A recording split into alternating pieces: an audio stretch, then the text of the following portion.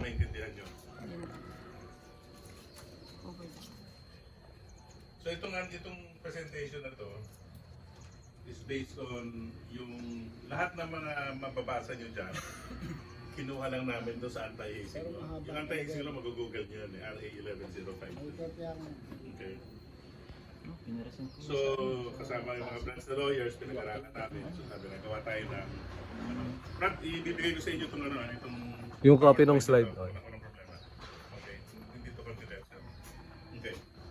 So, ang unang-unang anti-hazing law is RA 8049, dated 1995 na. That's almost ilang years ago, 30 years. No?